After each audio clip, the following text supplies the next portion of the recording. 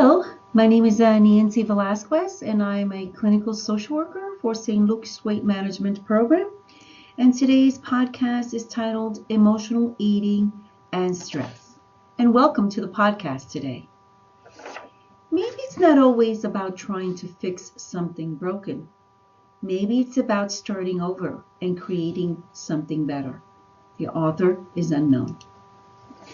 Emotional eating is the tendency to respond to emotions by eating even when not hungry. Typically, it is high calorie or high carbohydrate foods that have minimal nutritional value.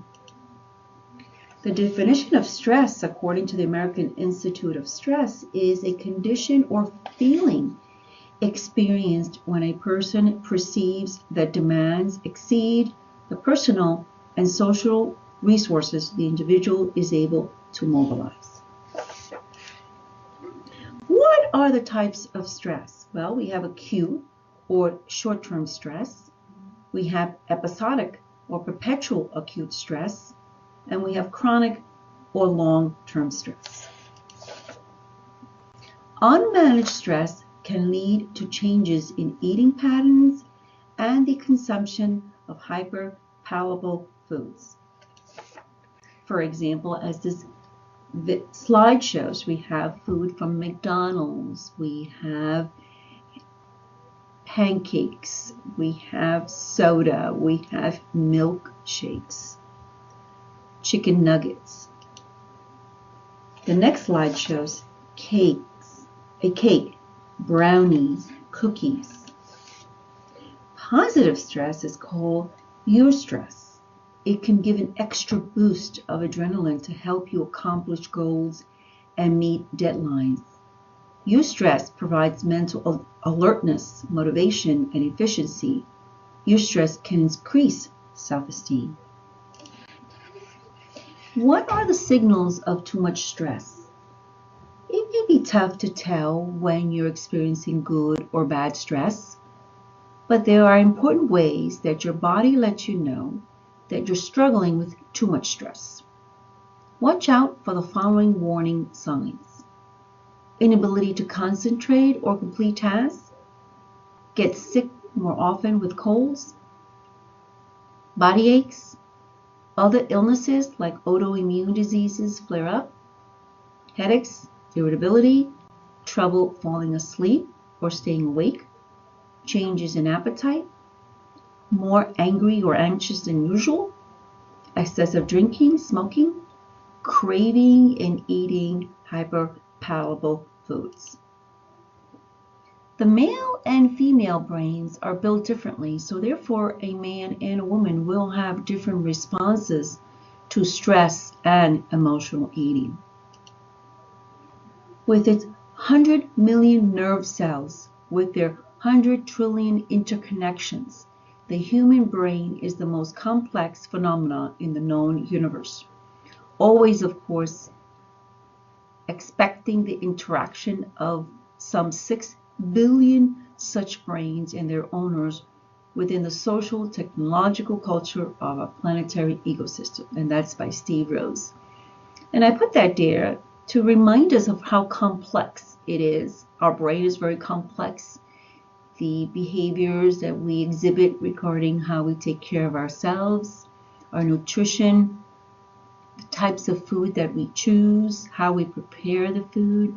It's very complex, and it requires analytical assessment of how we choose to interact with our food. So here's a little slide that shows, it seems simple to take a bite of something and put it in our mouths, but it's very complex. Obviously, there's a whole digestive tract and all types of reactions the body is having to when we have something in our mouth, in addition to what that does to our brain as well. So what we know from scientific research is that there is a connection between the body and the brain when it comes to stress and when it comes to food, and that the body is not designated to deal with negative constant response or stress. We're not built for that. Unfortunately, we do live that way in our society. For example, you had a long day at work and you look forward to going home to relax. You leave work, and on your way home, a driver cuts you off, possibly causing an accident. Your reaction may be that you start to experience some type of danger. Your body gives you some signal and releases hormone that's released in your body to fight or flee, meaning you immediately respond to this perceived danger, and this sends messages to our body.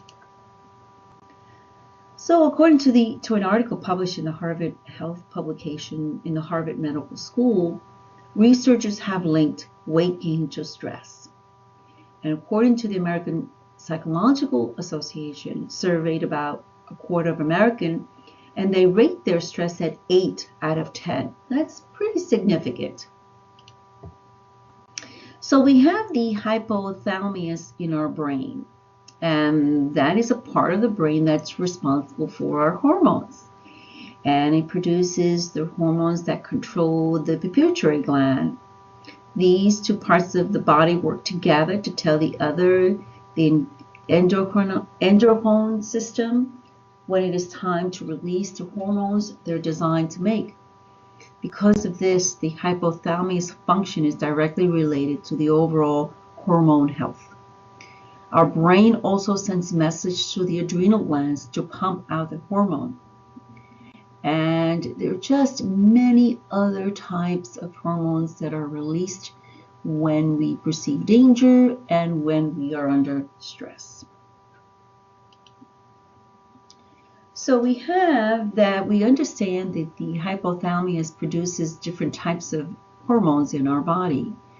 And some of those can be antidiuretic, oxytocin, and somatotropin, growth hormones. And these are all impact how we respond in our body. So what are two common responses to chronic stress?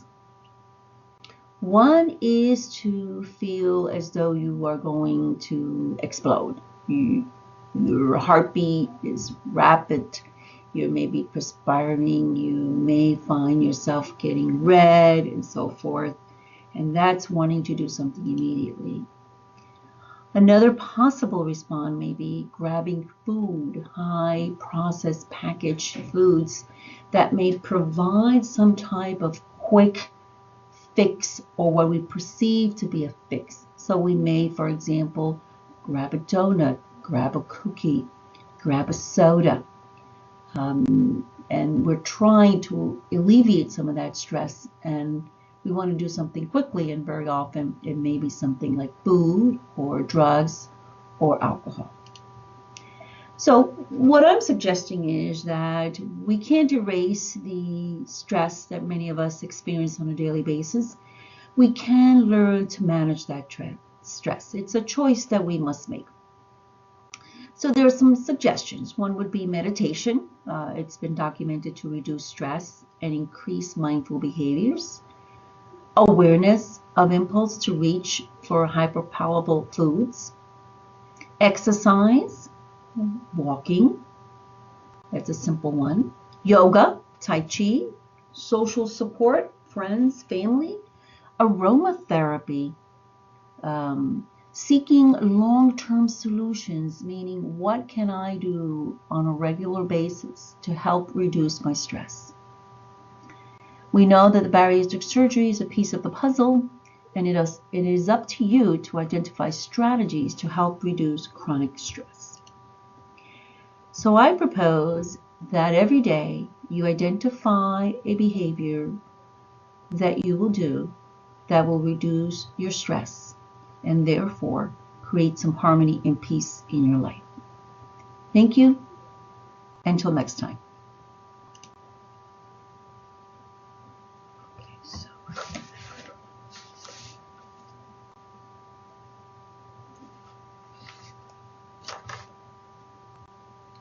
Okay.